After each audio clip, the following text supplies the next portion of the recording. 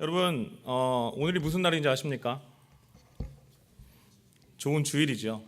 그리고 세상적으로는 오늘 올림픽이 마지막인 날입니다. 올림픽에 관심이 많이 있으십니까?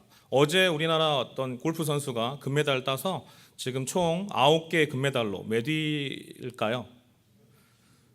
네, 여러분 바람대로 8위입니다. 8위. 현재 8위에 되고 있고요. 오늘 이제 마지막으로 올림픽이 마무리되게 됩니다. 그런데 이 올림픽의 영광, 금메달, 동메달, 은메달의 영광이 있는 이 올림픽의 뒷전에는 또 다른 슬픈 소식이 있지요. 바로 타이완 선수였던 린스지라는 선수는 올림픽에 참여하기 전 도핑 테스트 때문에 역도 선수였는데 지난 올림픽 금메달리스트였는데 도핑 테스트 때문에 떨어졌다고 합니다. 올림픽 출전을 못했다고 합니다. IOC의 그 의학 과학 분야 책임자인 리처드 버젯은 이 도핑 테스트를 주관하는데 이런 얘기를 남겼습니다. 언젠가는 반드시 잡힌다. 그런 얘기를 남겼습니다. 그런데 오늘 말씀과 이걸 연결해서 우리가 보기를 원하는 것은 죄가 반드시 드러난다라는 것입니다. 러시아 유명한 작가인 도스토옙스키가 쓴 작품 가운데 아주 유명한 작품이 있지요. 죄와 벌이라는 작품이 있습니다. 이 죄와 벌이라는 개념은 기독교가 가진 아주 중요한 그런 원리인 율법의 원리를 잘 나타내주고 있습니다. 율법에 의하면 죄를 범하면 반드시 벌을 받아야 한다는 것이죠. 그러나 다행스러운 것은 기독교가 율법의 원리만 가지고 있는 것이 아니라는 것입니다. 만약 하나님께서 우리를 율법으로만 다루셨다면 하나님 앞에 설 사람은 아무도 없을지 모릅니다. 이런 얘기가 있습니다. 미국의 유명한 목사님 가운데 시카고 무디 기념교회 담임 목사이셨던 해리 아이언사이드라는 목사님이 계셨는데 한 번은 회의를 주관하시는데 어떤 젊은이가 번쩍 손을 들더니 목사님 법대로 합시다 라고 인상을 쓰면서 아주 날카로운 소리를 질렀습니다. 이때 아이언사이드 목사님은 젊은이에게 이런 유명한 이야기를 했다고 합니다. 형제여, 하나님이 그대를 법대로 다루셨다면 자네는 지금쯤 지옥에 가 있어야 마땅할 걸세. 하나님은 율법의 원리만 가지고 계신 것이 아니라 율법이 폐기된 것도 아니고 율법의 원리는 아직 유효하지만 또 하나 하나님이 가지고 있는 중요한 원리가 하나 있는데 그것은 바로 은혜의 원리라는 것입니다. 은혜의 원리, 하나님이 우리를 은혜로 다루어 주신다는 사실입니다.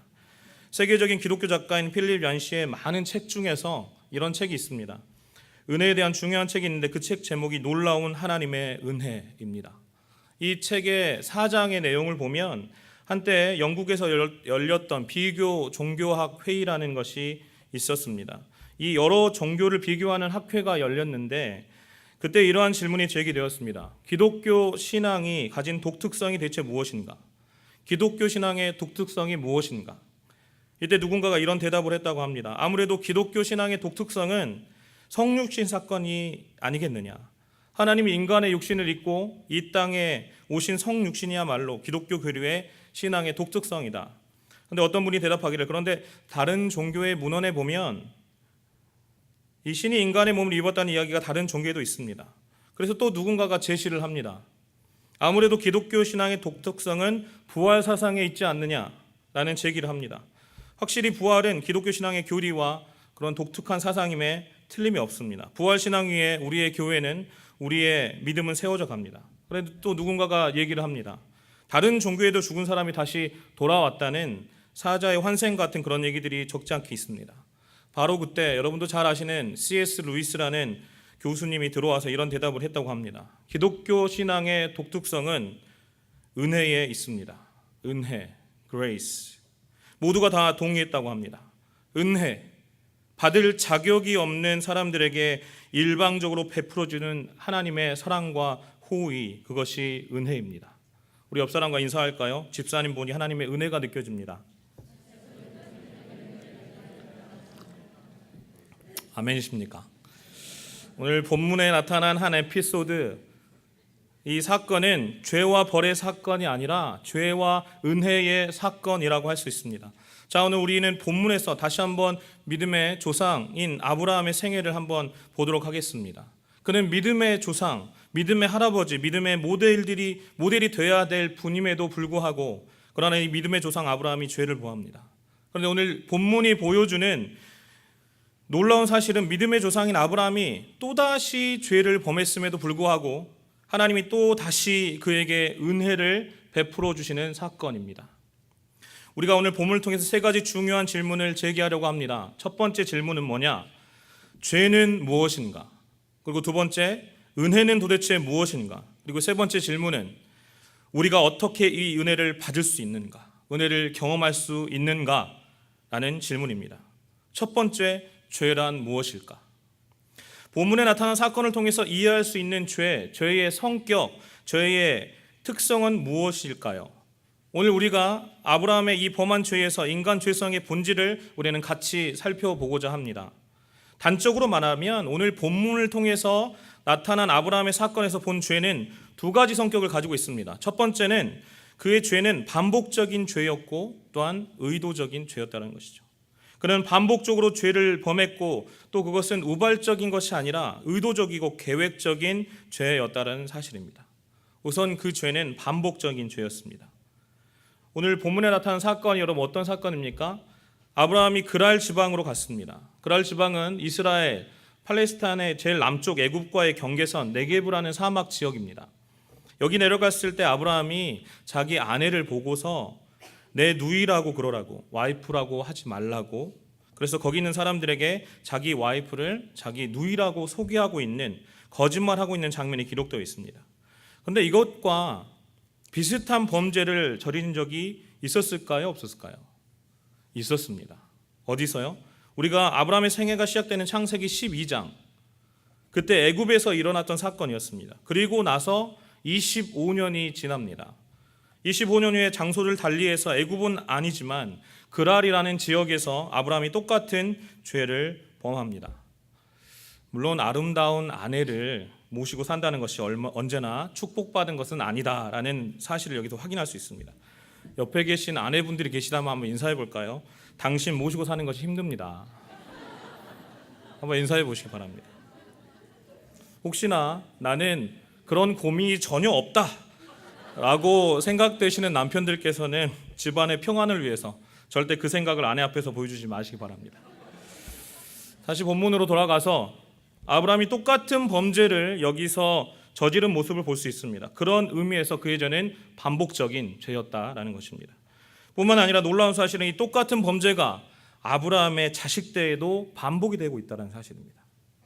우리가 오늘 본문에서 조금 더 가시면 창세기 26장이 나오는데 26장 6절에 보면 누가 등장할까요? 이삭이 등장합니다. 이삭이 누굽니까? 아브라함의 아들이지요. 창세기 26장 6절에 이삭이 어디에 있었을까요? 바로 그랄에 있었습니다. 그러니까 똑같은 사건입니다. 똑같은 장소입니다. 본문하고 같은 장소에서 일어났던 사건입니다. 어떤 사건일까요? 26장 7절 말씀을 우리 다 같이 읽어보도록 하겠습니다. 시작. 그곳 사람들이 그 아내를 들으매 그가 말하기를 그는 나의 누이라 하였으니 리브가는 보기에 아리따움으로 그곳 백성이 리브가로 인하여 자기를 죽일까 하여 그는 나의 아내라 하기를 두려워함이었더라. 아브라함의 아들 이삭이 아버지하고 똑같은 범죄를 여기서 범하는 장면을 볼 수가 있습니다. 뭡니까? 부전자전이죠. 부전자전의 현장을 볼 수가 있습니다. 죄가요 이렇게 반복이 됩니다. 어떤 의미에서 이것은 인간의 죄성의 깊이를 증언해 주고 있는 것이라고 볼 수가 있습니다. 그 죄를 헤어나오지 못하고 그 죄로 말미암아 지배를 받아서 그 죄를 또 범하고 있는 인간의 실체를 보여주고 있습니다. 그래서 예레미야가 이렇게 얘기하지요. 만물보다 거짓되고 심히 부패한 것은 사람의 마음이니 누가 능히 이를 알리요. 또 바울은 이렇게 말합니다. 오호라 나는 곤고한 사람이로다. 누가 나를 이 사망의 몸에서 건져내리요. 아브라함의 죄는 반복적인 죄였을 뿐만 아니라 또한 의도적이었습니다. 우발적인 것뿐 아니라 그는 계획적인 것이었어요. 오늘 본문을 조금 더 지나가서 13절에 보면 아브라함의 솔직한 자백에서 분명히 드러나고 있습니다. 창세기 20장 13절 말씀을 우리 다 같이 읽도록 하겠습니다. 시작. 하나님이 나로 내 아비 집을 떠나 두루 다니게 하실 때에 내가 아내에게 말하기를 이후로 우리 가는 곳마다 그대는 나를 그대의 오라비라 하라. 이것이 그대가 내게 베풀 은혜라 하였으노라. 이런 계획을 하고 내가 그 죄를 범함으로 나의 여행이 시작되었다. 아브라함이 그것을 솔직히 털어놓고 있는 장면입니다. 그래서 그의 범죄는 어떤 해프닝이 아니라 우연히 일어난 사건이 아니라 어쩔 수 없는 사건이 아니라 다분히 의도적이고 계획적이었다라는 것이지요. 아브라함만 그럴까요? 우리가 범하는 범죄도 상당히 계획적이고 의도적이라는 사실을 우리는 어떻게 핑계할 수 있겠습니까? 그래서 인간의 범죄는 깊은 것입니다. 어두운 것입니다. 유명한 신학자인 칼빈의 말처럼 그런 의미에서 인간은 전적으로 부패한 존재입니다. Totally depraved. 아주 전적으로 부패한 존재라는 것이죠. 이사야 선지자는 말하기를 내 머리에서부터 발바닥까지 나에게 성한 것이 없다. 이렇게 고백을 합니다. 이것이 인간의 죄성의 현장입니다. 반복적이고 의도적인 범죄를 알면서도 또다시 범죄하고 있는 현장을 한번 보시기 바랍니다. 여기에 죄의 뿌리 깊은 성격이 있습니다. 그러나 오늘 우리가 이 본문을 통해서 죄만 보아서는 안 됩니다. 동시에 은혜를 볼 수 있어야 합니다. 두 번째 질문은 무엇입니까? 은혜란 무엇일까? 은혜는 무엇인가? 알면서도 또 다시 죄를 범하고 있는 이 믿음의 조상이었던 아브라함, 이런 아브라함을 다루시는 하나님의 처사에서 우리는 또한 하나님의 놀라우신 은혜를 발견할 수 있어야 합니다. 하나님이 아브라함을 어떻게 다루셨습니까? 우선 첫째로 본문에 직접적으로 나타나 있지 않지만 본문의 맥락을 살펴볼 때 하나님께서 아브라함을 회개케 하시고 있어요. 회개를 도와주십니다. 회개는 전적인 하나님의 은혜라고밖에 결론 지을 수 없습니다. 여러분, 회개도요 마음대로 할 수 있는 게 절대 아닙니다. 우리 옆 사람과 인사하겠습니다. 회개도 은혜입니다. 내가 회개하자 뉘우치자 단순히 인간의 자의식만 가지고 회개가 잘 안 됩니다. 목회하면서 사람들을 많이 보면은요, 상담을 하면서 느끼는 것은 뭐냐 하면은 이 회개도 전적인 하나님의 은혜라는 것입니다. 하나님의 은혜 받지 않으면, 하나님이 그 은혜 가운데 주시지 않으면 사람들이 회개하지 못하는 모습을 볼 수가 있어요. 마음이 너무나 강팍한 거예요. 여러분, 마음이 말랑말랑할 때, 찰흙 같은 걸 빚을 때 우리는 쉽게 모양을 변화할 수 있습니다. 그러나 이미 시멘트가 돼버린 것은요, 주먹으로 해도 안 됩니다. 오한마나 큰 어떤 망치나 그런 걸로 때려야만 그게 깨진다는 것이죠. 여러분, 탕자의 사건을 한번 생각해 보겠습니다. 아버지가 탕자에게 메시지를 보내서 너 집에 돌아오지 않으면 너 죽는다. 그래 갖고서는 탕자가 회개합니까? 아닙니다. 탕자가 모든 것이 다 떨어졌을 때, 아버지가 나누어 준 재산이 다 탕진되었을 때 돌아옵니다. 그는 아버지의 아들로서 돌아온 것이 아니라 아버지가 나를 그냥 품꾼의 하나로, 종의 하나로 맞아주셔도 좋겠다라는 기대를 가지고 무거운 발걸음으로 힘없이 아버지의 자비와 그 아버지의 선처를 고대하면서 무거운 발걸음으로 자기의 집을 향하고 있었을 것입니다. 그런데 성경에 보시면요, 아버지가 먼저 그 아들을 보게 됩니다. 그리고 달려 나옵니다. 아마도 이 탕자가 한 걸음 옮길 때 아버지는 10걸음을 달려왔을 것입니다. 그리고 이 아들을 품에 안았습니다. 끌어안았습니다. 그리고 입을 여러 번 맞춥니다. 그리고 송아지를 잡고 동네 사람을 초청합니다. 잔치를 엽니다. 내 아들은 죽었다가 다시 살았고 잃었다가 다시 찾은 아들이다. 그리고 나서 둘째 아들이, 탕자가 무슨 고백을 했으리라고 생각하십니까? 저는 그때 비로소 이 둘째 아들의 마음속 깊은 곳에서부터 오열하며 터져나온 어떤 고백이 있었을까라고 생각합니다.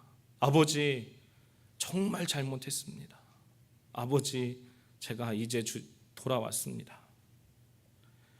그 아버지의 사랑이 이 아들의 가슴을 녹였던 것이고, 이 아버지의 사랑과 은혜 때문에 아들에게 진정한 의미에서 회개가 가능할 수 있었다라는 것입니다. 그래서 회개라는 것은 너 회개 안 하면 죽어, 그렇게 해서 회개가 안 됩니다. 여러분, 자식을 기를 때도, 양육할 때도 정말 북받쳐 오르는 감정 때문에 너 제대로 안 하면 가만 안 놔둔다, 심할 때면 그런 말도 하시죠. 너 죽을래? 그리고 야단치기도 하십니다. 그러다 여러분, 그렇다고 아이들이 돌아옵니까? 중고등부 사역을 하다 보면 부모님들하고 대화하는 자녀들이 거의 없습니다. 청소년 시기가 되면 자아가 커지고 문제가 많아진 시기에 아버지와 어머니는 그 사건, 그 문제, 그 현실을 이해해주지 못하기 때문에 대화하는 자녀들이 별로 없습니다. 그런데 그 중에 대화하는 자녀들이 있어요. 이렇게 두드러 패는 자녀들하고는 거의, 자녀들은 어머니, 아버지하고 대화가 거의 없어요. 삐뚤어 나가죠. 그렇지만 사랑으로 기도하며 품어주며 웃으며 맞아주는 아이들은 엄마 아빠와 대화를 한다는 사실입니다. 여러분, 그 푸근한 사랑, 넉넉한 사랑, 그 사랑에 녹아들 때 거기서 회개가 이루어지는 것입니다. 아버지, 나 정말 잘못했습니다. 은혜만이 사람을 돌이킬 수 있음을 믿으시기 바랍니다. 이 하나님의 은혜가 아브라함을 회개케 한 것이고, 이 아브라함은 아마 하나님 앞에 큰일 날 줄 알았을 거예요. 제가 하나님이라도 아브라함에게 벼락을 쳤을 줄 몰라. 너가 믿음의 조상의 자격이 있냐? 내가 너를 지명하여 불렀는데 너가 과연 자격이 있느냐? 한 번도 아니고 두 번씩 이런 죄를 범하고. 그런데 하나님은 그렇게 다가서지 않으십니다. 바로 이런 하나님의 사랑이 아브라함으로 하여금 회개를 가능하게 했다, 이렇게 생각합니다. 여기에 은혜가 있습니다. 더 한 걸음 나아가서 아브라함의 아내였던 사라를 보호해 주시는 사건에서 우리는 하나님의 은혜를 발견합니다. 사라가 무슨 죄가 있습니까? 시집온 죄밖에 없죠. 남편 따라서 다니고 남편 하라는 대로 한 거예요. 그러니까 하나님 편에서 이 사라가 참 불쌍해 보였던 것이죠. 그래서 어떻게 보호하실까요? 그 사라를 자기 아내로 취하려고 했던 그랄 지방의 왕이었던 아비멜렉에게 밤중에 하나님께서 나타나십니다. 하나님 뭐라고 말씀하십니까? 그 여인은 아브라함의 누이 동생이 아니다. 아브라함의 아내다. 남의 아내다 말이지. 건드리지 말라. 건드리면 너 죽는다. 아비멜렉에게 하나님이 그렇게 나타나셨단 말입니다. 사라를 보호해 주셨다는 것이죠. 이 사라를 보호하신 이 사건을 우리는 어떻게 해석할 수 있을까요? 이것은 하나님의 간섭이라는 것입니다. 어떤 간섭? 은혜의 간섭이라는 것입니다. 이 애처로운 여인, 이 불쌍한 여인, 잉태하지 못했던 이 여인, 이 사라를 보호하시기 위한 하나님의 은총의 간섭, 은혜의 간섭의 사건이었다라고 할 수 있죠. 여기서도 하나님의 은혜를 볼 수가 있습니다. 더 한 걸음 나아가서 아브라함에게 하나님 아직도 기대를 갖고 있다라고 말씀하십니다. 그리고 아브라함을 인정하십니다. 그의 두 번씩이나 반복되는 이 죄에도 불구하고 아브라함은 하나님에게로부터 그의 사역자로서의 지위를 박탈하지 않으십니다. 본문에서 참 감동적인 구절이 7절인데요. 우리 7절 말씀을 다 같이 읽어보도록 하겠습니다. 시작. 그가 너를 위하여 기도하리니 내가 살려니와 내가 돌려보내지 않으면 너와 내게 속한 자가 다 정령 죽을 줄 알지니라. 그랬습니다. 이제 그 사람의 아내를 돌려보내라. 그 다음에 무슨 말이 나옵니까? 그는 선지자다. 그는 선지자다. 보통 사람 같으면 이런 경우에 아브라함을 보고 틀림없이 그랬을 거예요. 네가 선지자야? 네가 믿음의 조상이야? 오늘부로 끝이다. 그러나 하나님 여전히 이 아브라함의 죄, 반복적인 죄, 의도적인 죄에도 불구하고 아브라함의 실패 현장, 그럼에도 불구하고 하나님께서는 아직도 말씀하시기를, 그에게 뭐라고 말씀하십니까? 너는 선지자다. 너는 선지자라고. 내가 너에게 기대를 갖고 있다고. 그리고 내가 기도하면 내가 응답해 주겠다고. 그의 실패 때문에, 그의 좌절 때문에 그에게서 사역을, 건강을, 생명을 빼앗아가지 않으시는 하나님, 여전히 변함없는 기대를 갖고 계시고 있다고 말씀하시는 하나님, 여기 하나님의 은혜가 있다라는 사실입니다. 이것이 하나님의 은혜입니다. 여러분, 우리가 얼마나 주님 앞에 많은 실수를 하고 얼마나 자주 넘어집니까? 죄의 유혹 가운데 여전히 넘어지고 있는 우리의 연약함을 보게 됩니다. 그런데 하나님께서는 그것 때문에 우리를 향한 기대를 거두어 가지 않으십니다. 나는 부끄러워서, 나는 자격지심 때문에 하나님이 내 기도를 들어주실까? 하나님이 나를 써주실까? 이런 계면적인 마음으로 주님 앞에 어설프게 주 앞에 나와 감히 입술도 열지 못하고 기도하지 못한 그 부끄러운 순간들이 우리 가운데 얼마나 많이 있습니까? 그러나 주님은 그때도 여전히 우리에게 다가오십니다. 그리고 이렇게 말씀하십니다. 아니야, 나는 아직도 너에게 기대가 있단다. 너는 참 귀한 사람이다. 내가 너를 쓸 계획이 있다고. 너의 인생 속에서 아직도 너를 통해서 이루고자 하는 하나님의 계획이 있다고 말씀하여 주십니다. 이 하나님의 은혜를 여러분 찬양하시기 바랍니다. 이것이 하나님의 은혜입니다. 우리 옆 사람과 인사할까요? 오직 주님의 은혜입니다. 아멘. 그렇다면 우리가 마지막으로 이 은혜가 어떻게 시작되는지 한번 살펴볼까요? 어떻게 우리가 은혜를 받을 수 있습니까? 우리 편에서 이와 같이 하나님의 은혜를 어떻게 경험할 수가 있을까? 물론 은혜라는 것은요, 조건 없이 전적으로 하나님 편에서 주어지는 것입니다. 그것이 일방적인 것이에요. 하나님이 주시는 거예요. 그런데 우리가 본문의 상황을 잘 살펴보고 묵상해 보면 아브라함이 이 은혜를 경험할 수 있었던 어떤 상황적인 열쇠가 있습니다. 이 부분을 우리는 주목해 볼 필요가 있습니다. 우리가 이렇게 할 때 하나님의 은혜가 우리에게 흘러 들어오더라, 하나님의 은혜가 시작되더라, 하나님의 은혜가 역사하더라라고 하는 이 상황적인 열쇠, 우리가 은혜 받기 위한 이 상황적인 열쇠에 주목해 볼 필요가 있는데 두 가지입니다. 첫 번째는 죄와의 대면입니다. 사람이 솔직히 자기의 죄를 인정하고 대면할 수 있었다는 사실입니다. 저는 아까 우리가 읽었던 13절 말씀이 그런 의미에서 아브라함의 솔직한 자기 죄하고의 대면이라고 생각합니다. 어떻게 자기의 생애 속에서 죄가 시작되었는가, 의도적인 죄가 솔직히 어떻게 시작되었는가를 털어놓습니다. 여러분, 이것이 바로 치료의 시작입니다. 우리가 바로 죄를 부인할 때, 죄를 인정하지 않을 때 거기에는 희망이 없습니다. 우리의 죄를 인정할 때, 그리고 자백할 때 거기에서부터 하나님의 치유가, 하나님의 용서가, 하나님의 은혜가 시작될 수 있다는 사실을 믿으시기 바랍니다. 병 가운데 고쳐지지 않은 병이 참 많이 있지만 그 중에 하나가 알코올 중독입니다. 일단 알코올에 중독되면 헤어나온다는 것이 정말 쉽지 않다고 합니다. 모든 중독이 그렇지만 이 알코올 중독, 마약 중독, 일단 거기서 빠지면 헤어나오기가 정말 쉽지 않다고 합니다. 그래서 여러 가지 이런 알코올 중독자들을 위한 치료 프로그램들이 많이 생겨났습니다. 그런데 지금 이 시점에서 알코올 중독자를 치료하기 위한 가장 효율적인 프로그램 하나가 있는데 그것은 AA 프로그램이라고 합니다. AA 프로그램.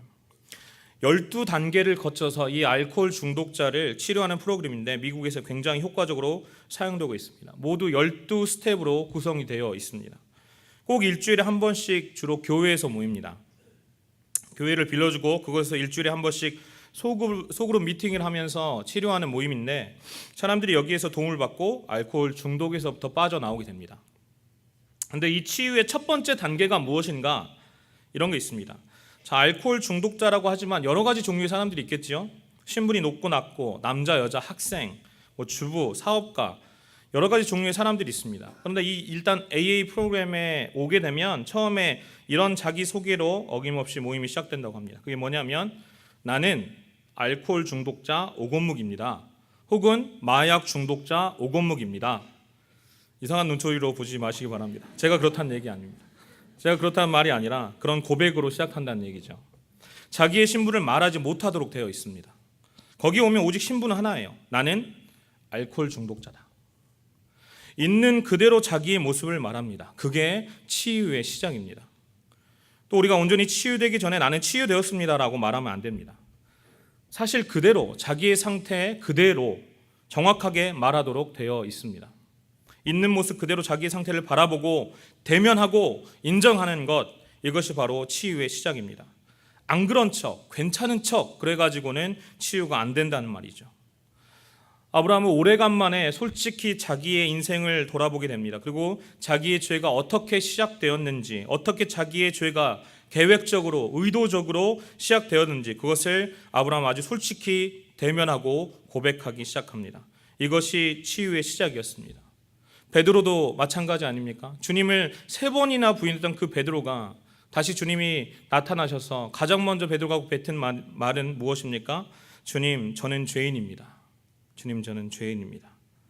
사랑하는 여러분, 하나님의 치유, 역사, 은혜를 원하신다면 죄와 대면하는 은혜가 있게 되기를 바랍니다. 그 다음 은혜를 경험하기 위한 두 번째는 진지한 기도라는 것입니다. 아주 진지한 기도. 17절에 보시면 창세기 20장 17절 어떤 말로 시작이 됩니까? 다 같이 읽어볼까요? 시작. 아브라함이 하나님께 기도하매. 아멘. 자, 아브라함이 하나님께 자기 아내를 자기 누이라고 거짓말했을 때 기도했을까요? 틀림없이 안 했을 겁니다. 기도하면 죄를 범할 수가 없죠. 우리가 기도를 망각할 때, 하나님의 임재를 놓쳐버릴 때, 하나님과의 커뮤니케이션이 단절될 때 그리스도인들이 이런 죄 속에 빠질 수가 있습니다. 그런데 아브라함이 다시 기도하기 시작합니다. 기도하면서 아브라함에게 회복이 이루어지고 있는 거예요. 어떤 기도를 했을까요? 아브라함이 틀림없이 자기 연약함을 주 앞에 있는 모습 그대로 내려놓고 주의 도우심을 구하는 기도를 했을 겁니다. 하나님 도와주세요. 나는 정말 연약합니다. 또 죄를 지었습니다. 자기를 위해서, 자기 아내를 위해서, 더 나아가서 고통을 줄 수 있었던 아비멜렉을 위해서도 아브라함은 여기서 기도하기 시작합니다. 그러면서 아브라함의 생애 속에 회복이 시작됩니다. 회복이. 여러분, 자기의 죄를 정직하게 대면하는 사람, 인정하는 사람, 이제 정말 하나님의 은혜의 도우심을 받기 위해서 주 앞에 엎드려 진지하게 기도하는 그 사람에게, 사랑하는 여러분, 이때가 하나님의 은혜를 부어주시는 순간임을 믿으시기 바랍니다. 하나님의 치유가 시작될 것입니다. 하나님의 영광이 나타날 것입니다. 하나님의 은혜로운 그 간섭이, 하나님의 도우심이 내 생애 속에 나타나게 될 것입니다. 자, 17절 이하에 보면 하나님이 어떻게 하셨습니까? 그 기도를 응답하셨습니다. 아브라함의 기도를 응답하시고 아비멜렉도 살려주시고 그 아내도 보호해 주시고 상황이 온전히 하나님의 의도하신 대로 보전이 되게 된 것이죠. 그리고 중요한 것은요, 아브라함이 달라집니다. 그때부터 아브라함이 달라집니다. 아브라함은 다시는 이제 똑같은 범죄 속으로 돌아가지 않습니다. 분명히 아브라함은 죄를 범합니다. 죄가 있었습니다. 그러나 아브라함이 그 죄를 인정하고 대면하고 고백하고 거기에 엎드려 하나님의 은혜의 도우심을 진지하게 구하기 시작했을 때 거기서 하나님의 은혜가 부어졌습니다. 죄가 있었지만 하나님의 더욱 놀라운 은혜가 부어진 것을 찬양하시기 바랍니다. 죄가 있는 곳에 항상 은혜는 넘치는 것입니다. 그렇다면 아마도 이 시점에서 이런 논란을 제기하고 싶을지 모릅니다. 아브라함이 죄를 범하고 또 범하고 하나님 거기에서 은혜를 주시고 더 큰 은혜를 주셨다면 우리도 하나님의 큰 은혜를 받고도 우리가 죄를 범하고 또 범해야 하는가? 바울 사도는 거의 정확한 질문을 로마서에서 제기하고 있습니다. 우리가 하나님의 은혜 안에 거하려고 죄에 거하겠느냐? 그리고 바울은 스스로 그 대답을 던집니다. 결코 그럴 수 없느니라. 왜냐하면 하나님의 은혜를 정말 경험한 사람, 하나님의 은혜를 깨달은 사람, 하나님의 은혜가 얼마나 놀랍고 얼마나 깊이가 있는 것이고 얼마나 위대한 것인가를 깨달은 사람마다 일시적으로는 잠시 죄에 끌려다닐 수는 있지만 결국에는 빠져나옵니다. 결국에는 하나님의 은혜 앞에 설 것입니다. 결국에는 승리할 것입니다. 믿으십니까? 신학자들은 이런 것을 가르쳐 하나님의 궁극적인 은혜다, Ultimate Grace of God, 궁극적인 은혜다라고 말씀합니다. 여러분, 구원받은 사람도 과거의 죄의 영향에서 한동안은 벗어나지 못하고 왔다 갔다 할 수는 있어요. 그러나 정말 주님의 은혜를 경험하고 정말 기도하고 그 은혜를 계속적으로 구하는 사람, 그 은혜를 붙들고 사는 사람들은 결국은 이 죄에서 빠져나오게 되고 하나님의 은혜의 승리의 영토 안에 견고하게 설 것을 믿으시기 바랍니다. 이 궁극적인 승리가 하나님의 약속인 것을 믿으세요. 아브라함은 그 죄에서 빠져나왔습니다. 우리가 복음서를 읽어보면 예수님께서 이 땅에 계실 때 가장 예수님의 은혜를 드라마틱하게 체험한 대표적인 인물이 누굴까요? 아마도 간음하다가 잡힌 여인이 아닐까 생각합니다. 예수님 당시에 여성들이 간음을 하다 잡히면 남자들은 안 그래도 여자들은 그 자리에서 돌로 맞아 죽어야만 했습니다. 그것이 당연하게 여겨지던 그런 사회였습니다. 그런데 이 여자는 꼼짝없이 죽게 된 거예요. 사람들은 다 돌을 들고 서 있었습니다. 얼마 전에 순교 영상을 봤어요. 요즘 나이지리아에 엄청난 그런 기독교 박해 바람이 불어서 선교사님들을 이렇게 진짜로 돌로 이렇게 때려서 죽이는 모습을 어떤 분이 쉐어를 해주셔서 보게 됐는데 정말 참혹하고 끔찍합니다. 돌로 한 번 맞는다고 여러분 죽지 않아요. 밟고 또 때리고 그리고 불태우더군요.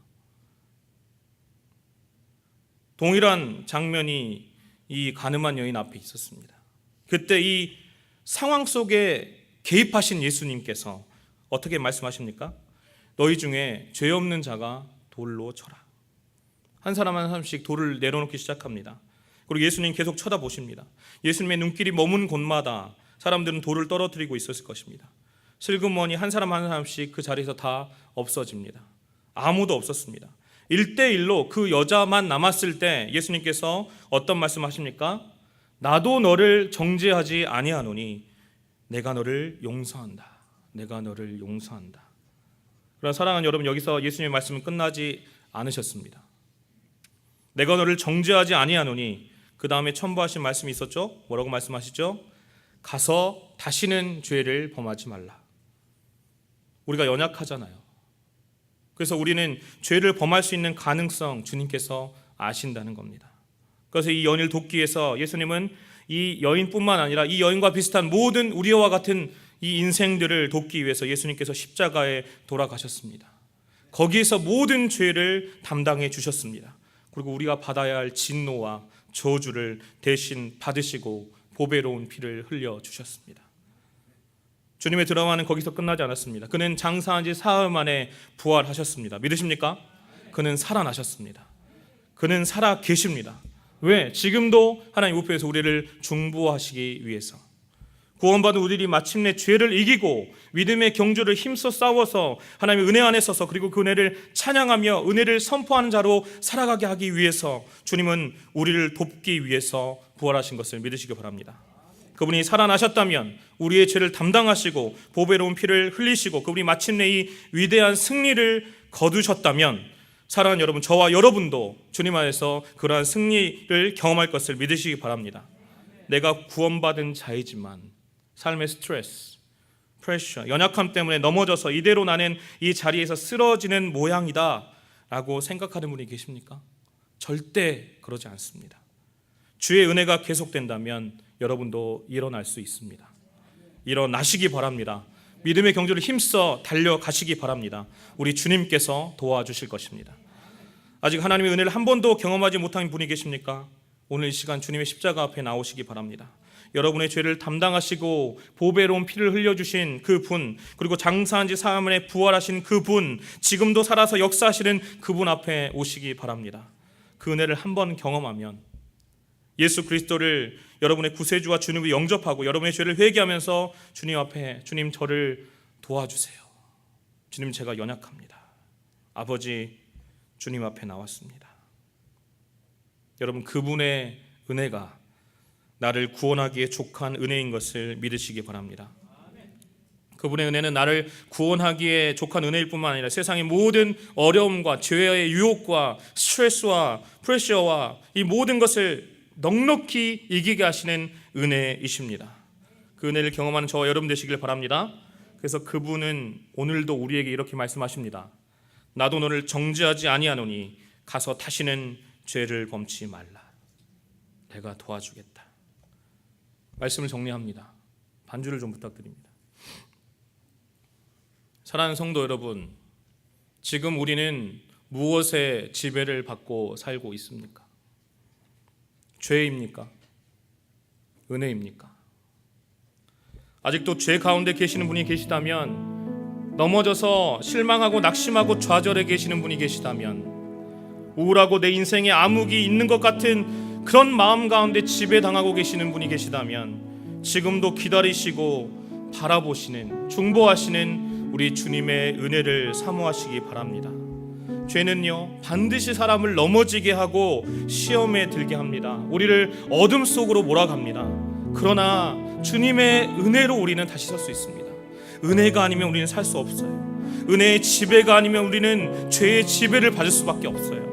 그럼에도 불구하고 죄에 대면하고, 그럼에도 불구하고 기도함으로 주님 주신 은혜를 받아 누리고 경험하시는 저와 여러분 되시길 바랍니다. 그래서 저와 여러분의 모든 삶의 영역에서 가정과 학업과 비즈니스와 직장과 목장 가운데, 우리 교회 가운데 주님의 은혜가 충만하게 임하시기를 우리 주님의 이름으로 축원합니다.